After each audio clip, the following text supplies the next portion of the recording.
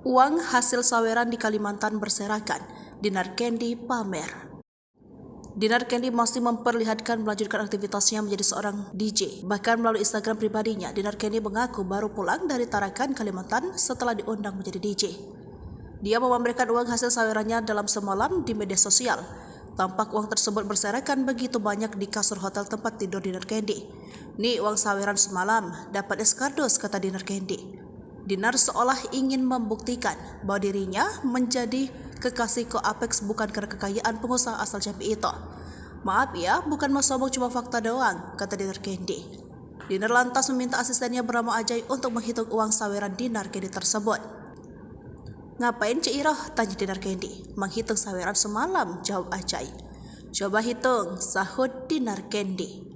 Lantas menghitung uang saweran mulai dari 50.000 hingga 100.000 rupiah yang tergeletak di atas kasur.